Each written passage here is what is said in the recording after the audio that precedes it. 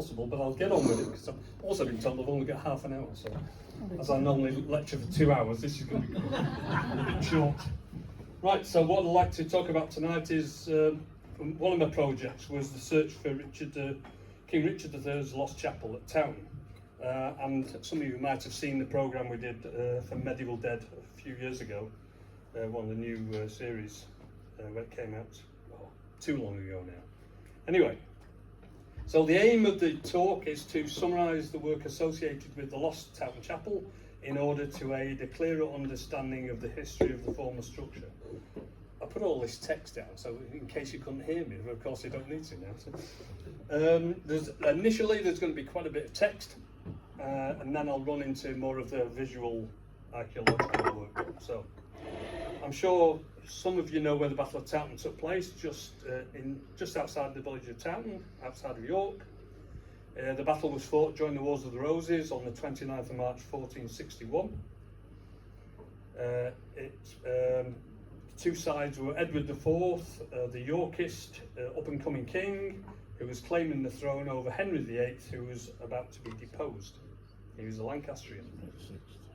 There's allegedly over 100,000 combatants, although numbers vary an awful lot, especially at Towton, and allegedly again 28,000 people were killed, although I would disagree with that, but that's another story. One of the most commonly quoted texts is that of John Leyland, who was a king's antiquary, when he wrote his itinerary in circa 1540, and he wrote about the Towton Chapel. Towton village is a mile from Saxton, where is a great chapel begun by Richard III, but not finished. Sir John Moulton's father laid the first stone of it. In this chapel were buried also many of the men slain at Palm Sunday Field, which is another word for the Battle of Towton. It is therefore generally believed that some of the dead from the battle were placed in Richard III's new chapel, which brings up a slight anomaly, because of course the Battle of Towton was fought on the 29th of March 1461. Richard was crowned king on the 8th of September 1483. How could bodies have been buried inside a chapel that did not exist at the time? So something is obviously wrong. So we have to summarise, and this is a very, very brief summary, so please excuse me if it's a little bit of an over assumption, but it's a summary of the available evidence we've got at our disposal. And here I put it all in a sequence of events to hopefully make it clearer for us all to understand. So of course we got the battle, 29th of March 1461, of which Edward IV was victorious, hence the Yorkist dynasty. In April in 1483, King Edward IV dies. A few months later, on the 8th of September 1483, Richard III is crowned King of England. So now we go into a sequence of events which hopefully will help us understand what's happening. So 3 months after Richard's coronation, on the 28th of November 1483, a warrant to pay for the building or edifying of the chapel at Towton, and that's £40. So we're talking about constructing a new chapel. So obviously the chapel's not there yet. 22nd of August 1485, Richard III dies at the Battle of Bosworth. 22nd of July 1486, it was noted that a certain splendid chapel has been expensively and imposingly erected from new foundations in the hamlet of Towton, which chapel is so far as the roofing and glazing of the windows and other necessary furnishings is concerned, has not yet been completed. So they put the walls up, but there's not a lot else. So we've got a new chapel that's got walls and no roof or ceiling or any nice posh bits to it. 14th of July 1488, an indulgence was granted for an expensive, magnificent chapel newly erected from the ground in Towton. So again, they're now asking for indulgences to get money to pay for this new chapel. On the 22nd of December 1502, a document describes in which chapel and ground about it very many bodies of men slain in ye time of war lie buried. Now, forasmuch as the said chapel is not so sufficiently endowed with possessions and rents to sustain it, and have divine services celebrated therein, it's still not finished. So that's 1502, and it's still not finished. You can probably guess where this is going to go. 1511, grant for life for the priest of Chapel of St James of Towton, which is Towton, in the parish of Saxton, to say prayers. So they're going to pay for a priest, so presumably it's almost finished. So they want that priest to pray in the chapel now. But it's still not potentially fully finished. 1540, here we go back to the primary reference. Towton village is a mile from Saxton, where is a great chapel begun by Richard III, but not finished. It's still not finished in 1540. They're taking a long time about this, aren't they? 22nd of July 1546, an indulgence of 40 days in 2 years were granted in respect to this chapel. So they're still asking for money for this chapel. After 1546, the chapel is no longer mentioned. Why? Because that naughty Henry VIII has instituted the Chantries Act, which had the result that many chantry chapels, such as at Towton, were no longer viable and fell into disuse. Well, especially if it's not got a roof or it's not completed. At the time, chantries were abolished and their assets were sold or granted to persons at the discretion of the king. Thank you very much. Via the Court of Augmentations, which was known to be a little bit dodgy, many Tudor businessmen, such as Thomas Bell, for example, of Gloucestershire, thus acquired chantries as financial investments, producing income streams derived from rent or sold them piecemeal as profit. So this is the time of the dissolution of the abbeys. People are moving in and grabbing what they can. Whole buildings, lead off the roof, windows, you name it. Or they would sell the whole building and give it to somebody else. And they would turn it into a building they wanted, such as a house. At some time later, in the late 15th or early 17th, late 16th or early 17th century, Towton Hall was built, allegedly on or close to the site of the chapel. Fragments of stone from the ecclesiastical type structure have occasionally been located in and around Towton Hall. So now we've got the hall, and the chapel's gone. So, enter my colleagues and I in 1996, and when they were demolishing this garage here and putting an extension onto the north side of the house, the builders came up. There's a hall, there's the old building. They took that down, put a foundation trench in there, and the builders found the first half of a mass grave. We came in September of 96, and we found that's the drawing of that, basically.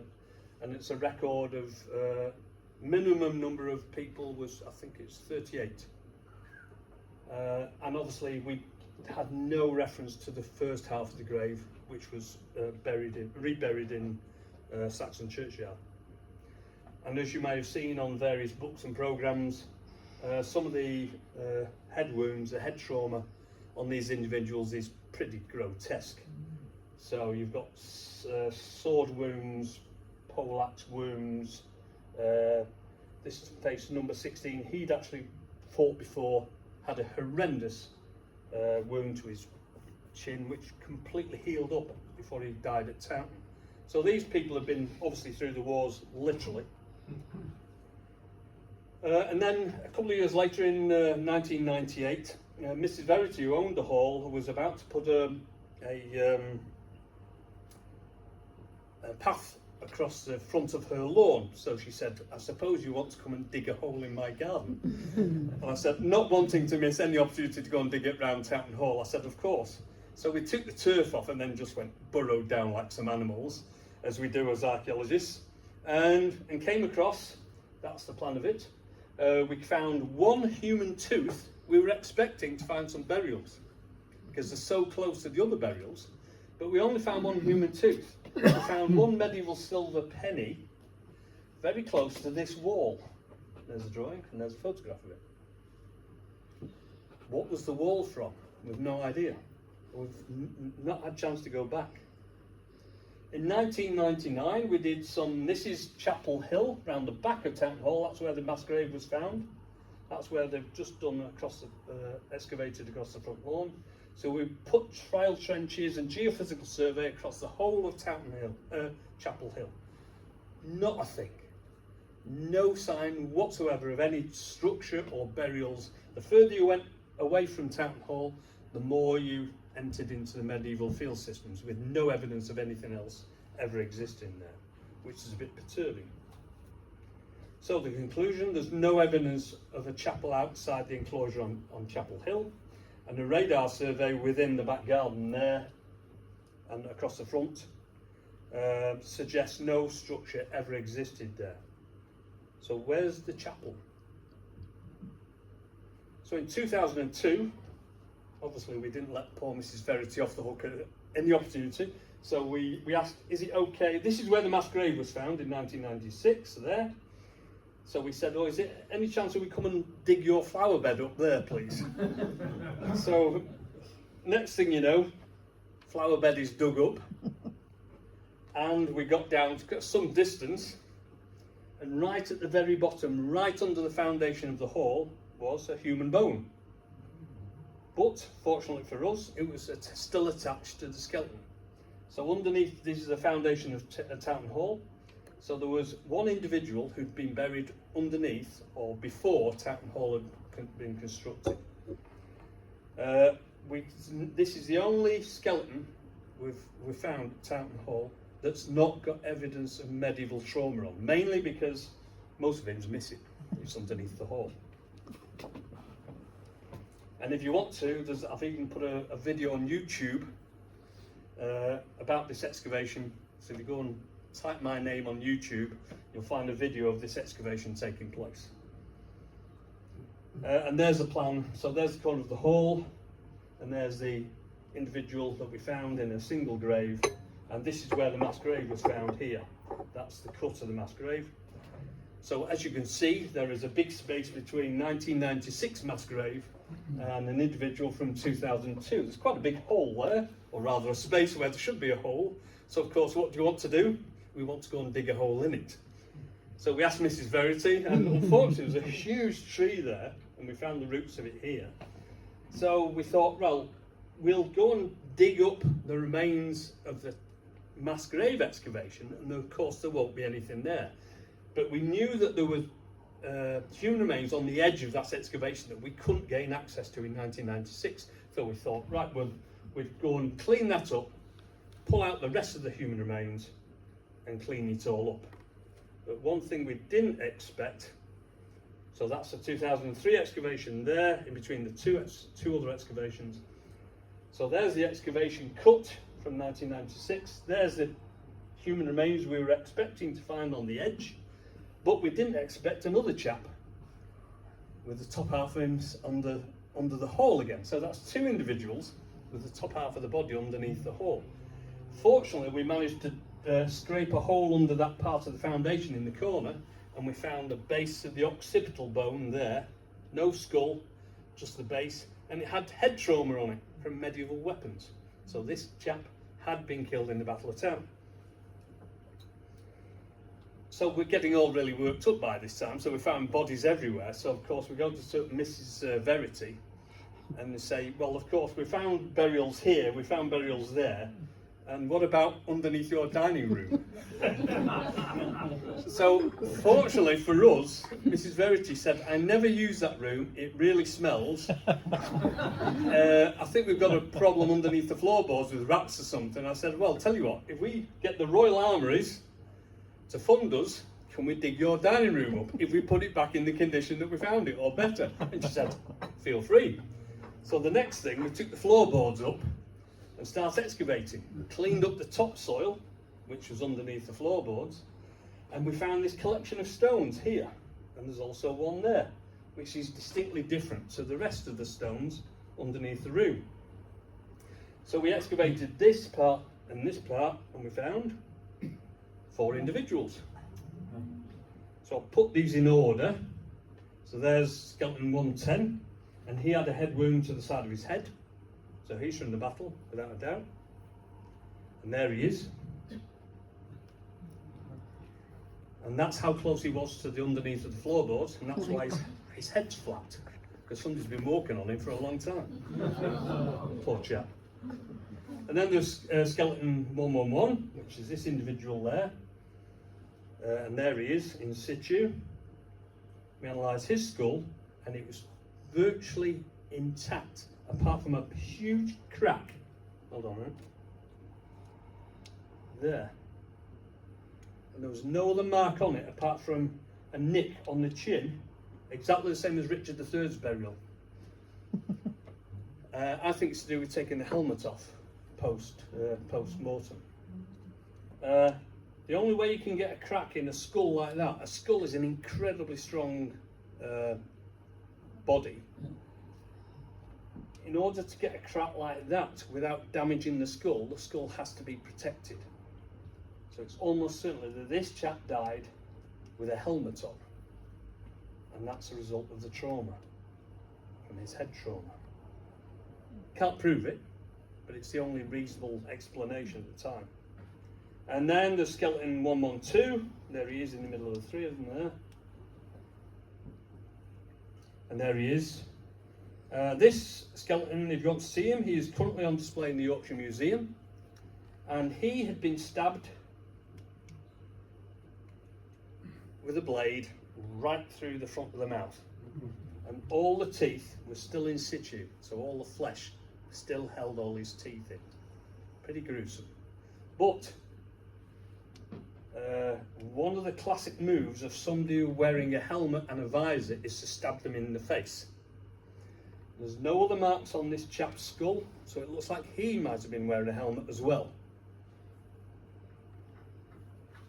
And then there's skeleton 113 right in the edge of the, luckily just underneath this wall, so we could just about get him out.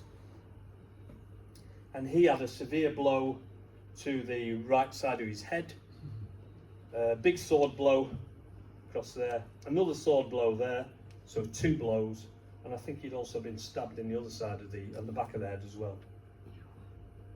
So there are all the human remains, so the 1996 excavation, 2003, 2002, 2005, those are all the human remains we found in situ at Towton Hall at the moment. These are primary burials. They were buried almost certainly in consecrated ground. Why? Because it's associated with the chapel. But the chapel's not supposed to have been built yet. So what's going on? And in 2012, as part of the, it's for you, Graham, part of the Medieval Dead TV series, we did some excavations on Chapel Hill just to check there, just a test pit, nothing there. All these others, but I'm going to concentrate on test pit.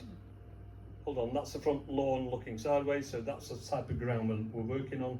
I'm going to concentrate on the test pit number 5 for obvious reasons in a minute. So we took the topsoil off and the turf, and we came down onto lots of rubble material, mainly stone, but there were a few bricks, but the bricks were right close to the surface. So we took all this off, and we came down onto a level surface that had been cleaned, although that surface was natural geology, but it was gravel. So what they'd done is they cleaned it all up and they'd been walking on it. So of course we wanted to check here because there were some stones sticking out the side of here, so we wanted to remove that.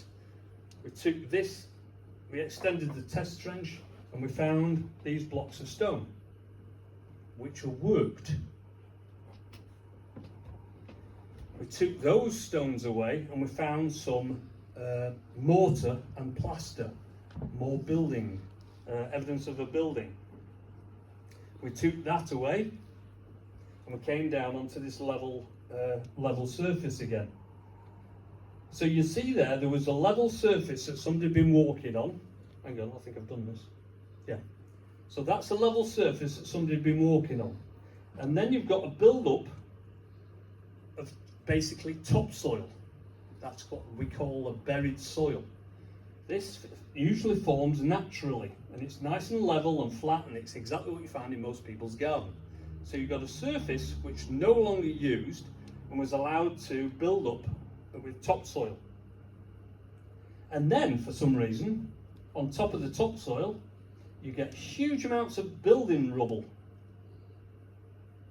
at various angles, until eventually that too is superseded by what is again a modern topsoil, and then the modern topsoil and then the turf. So somebody's put a load of building rubble and then somebody's flattened it all out and turned it into a garden. At the base of all this, on that layer of material that had been walked on, which was natural, which was a nice paving sort of path area, there was one sherd of pottery, which is 16th or 17th century, what we call Cistercian ware pottery, and it's often found in association with ecclesiastical structures. Maybe coincidentally, but it's the date that's important. So the very lowest layer was a late 16th, early 17th century piece of pottery. What's happening in the late 16th century, early 17th century is that the chapel is going out of use and we're getting something else there, namely Towton Hall. Above it, we've got all this building refuse. So in that sort of period and afterwards, we're getting a lot of ecclesiastical building type material. I'll show you those in a minute. Which means that is the period when Towton Hall appears. So somebody's knocking something down which is made of ecclesiastical bits and pieces, and they're replacing it by something that is presumably still there, and that's Towton Hall. So these are bits of the chapel. And there they are in the side. So there again, you've got the floor, the original layer, that buried soil, all this building rubble here, and then you've got the topsoil spread around and the turf growing on top of it again. So there you are, the different layers, stratigraphically correct. And here we have the fragments of high status ecclesiastical structure. The lead windows are still in the stone, bits of the lead from the windows, and also in and around all this rubble were fragments of glass from the medieval windows. So basically that was a deposition layer of building rubble from a medieval chapel. So what I want to do is show you now is briefly, I've got a little bit of time left. Oops. It's generally unrecognised historical evidence. Now this, once you start digging into historical texts, especially at York, when you've got a mine of medieval manuscripts, some of which have never ever been transcribed and translated properly. But if you look carefully, you come across gems like this. And what this says, luckily I've translated it for you so we don't have to read medieval Latin. The Pope, having learned that in the parish of Towton there is a certain chapel, remember this is 1467, this is 6 years after the battle. The Pope, having learned that in the parish of Towton there is a certain chapel of St Mary the Virgin. We've got a chapel. Is it Richard's? No, it's too early. Because on Palm Sunday 6 years ago, about 30,000 men were slain in the defence of Edward, King of England, which men were buried partly in the cemetery of the said chapel and partly hard by it. Those are the guys we found. And that the King Edward proposes at his expense to repair the said chapel, which is almost desolate and destroyed, and to enlarge it and to the end that divine services may be prepared. There is a medieval chapel there. It's already at Towton before Richard built another one, but it's in a bad state of repair. Now, they don't go into details here, but you can probably guess why it's in a bad state of repair, because 6 years ago, they've had 100,000, quote, 100,000 men storming across the landscape, basically destroying everything in its path. So did the York... I've got to be careful here, I'm a Lancastrian. I'm talking to Yorkists. Did the Yorkist army, or did the Lancastrian army, destroy the first Towton Chapel? Because it was destroyed. Who had a guilty conscience? Who pays for a new Towton Chapel to be constructed? Edward. I'm not going to get out of here alive, am I? But the date is important because it's 1467, before the reign of Richard III. Just to confirm that, there is another document which says that would be about the gaining money that would use profits, rents, offerings, and emoluments through the said chapel for Miles Chapman, chaplain of the Chapel of St Mary's near Towton, to the repair and for the works. So they're still talking about repairing a medieval chapel before Richard eventually starts the rebuilding of it. When Richard comes to the throne in 1484, he wrote a grant describing how Edward won the battle, then goes on to say, whereupon we, that's the royal we, contriving the burial of the deceased men, caused the bones of these same men to be exhumed and to be left for an ecclesiastical burial in these coming months. He's talking about the future. Partly in the parish church of Saxton, down the road, and in the cemetery of the same place, down the road, and partly in the chapel of Towton, aforesaid, and the surroundings of this very place. He's talking about a chapel that he hasn't started to build yet.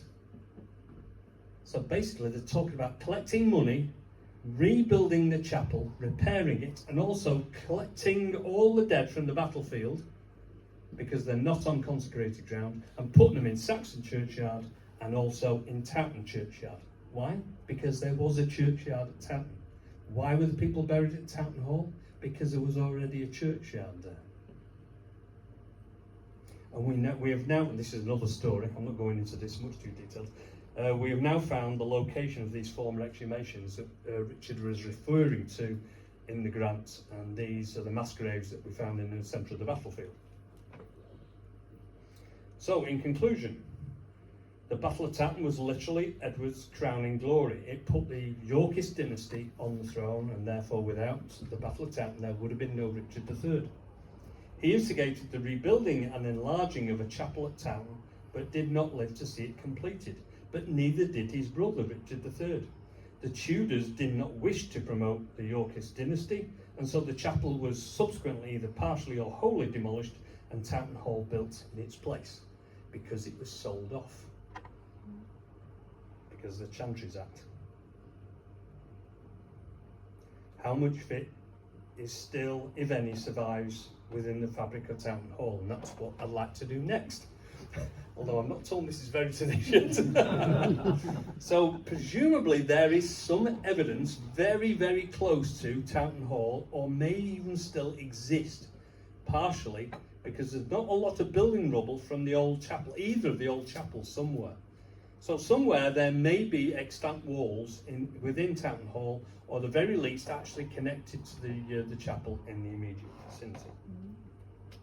Thank you very much.